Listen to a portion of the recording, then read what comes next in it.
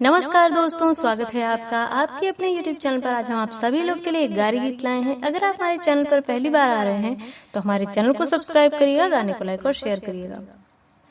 अकलोल बभना बकलोल बभना, अकलोल बभना बकलोल बभना, दुइठे पूड़ी पर टूटे बड़ा जोर बभना, दुइठे पूड़ी पर टूटे बड़ा जोर बभना।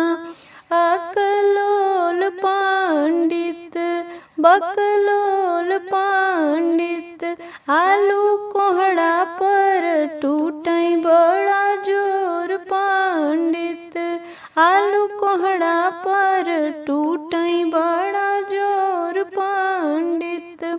अकलोल दुल्हा बकलोल दुल्हा, अकलोल दुल्हा बकलोल दुल्हा, चाकर पकर निहारे चारों ओर दुल्हा, चाकर पकर निहारे चारों ओर दुल्हा।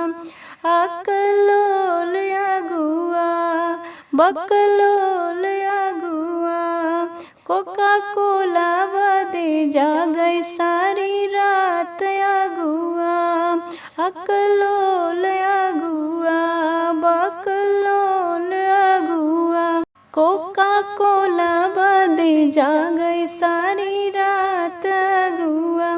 अकलोल भसुरा बकलोल भसुरा, चाय काफी बदे ताकई चारों ओर भसुरा, चाय कॉफी बदे ताकई चारों ओर भसुरा।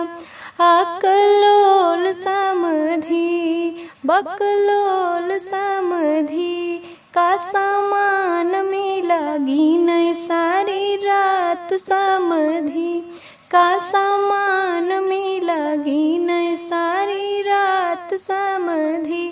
अकलोल दुल्हा